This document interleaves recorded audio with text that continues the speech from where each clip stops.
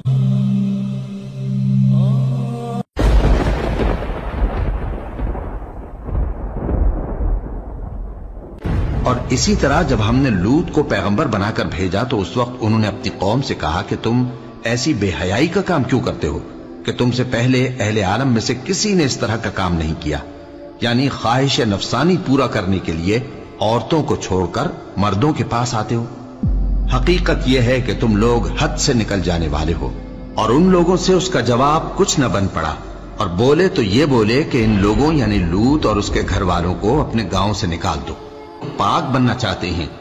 تو ہم نے ان کو اور ان کے گھر والوں کو بچا لیا، مگر ان کی بیوی نہ بچی کہ وہ پیچھے رہنے والوں میں ہو گئی. اور ہم نے ان پر پتھروں کی بارش برسائی، سو دیکھ لو کہ گناہگاروں کا کیسا انجام ہوا.